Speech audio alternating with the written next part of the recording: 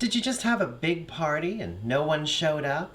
Well, what do you do with all that leftover cheese? Well, you make grilled cheese, stupid. In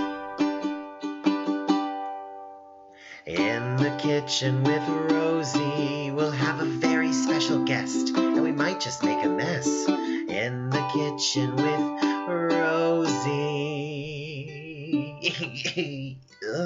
Welcome to In the Kitchen with Rosie. I'm your hostess, Rosie Bush, and I am going to continue the cheese today. I can't believe no one showed up for my goldfish's bris.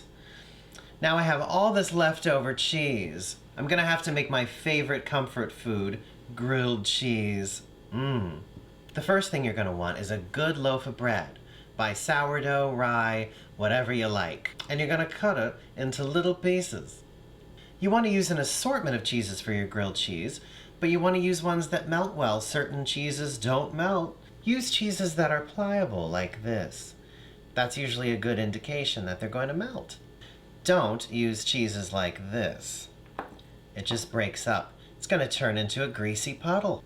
And be sure to include a cheese that gives it a kick, like blue. I like to add some pears and honey.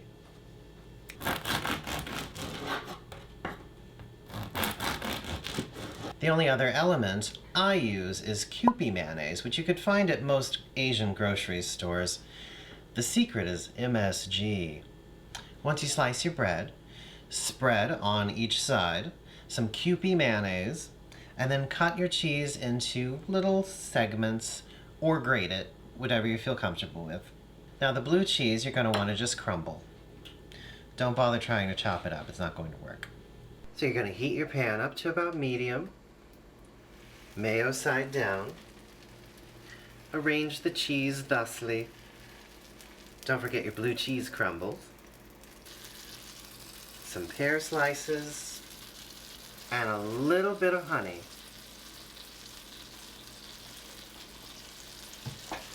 And top with your other piece of bread.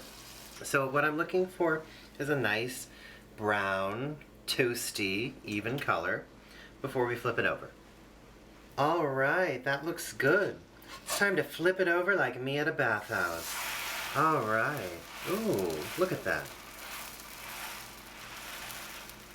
I'm going to plate this up now. Ooh, the cheese. Make sure to grab everything out of that pan. Now it's time to cut this open. And look at all that gooey cheese.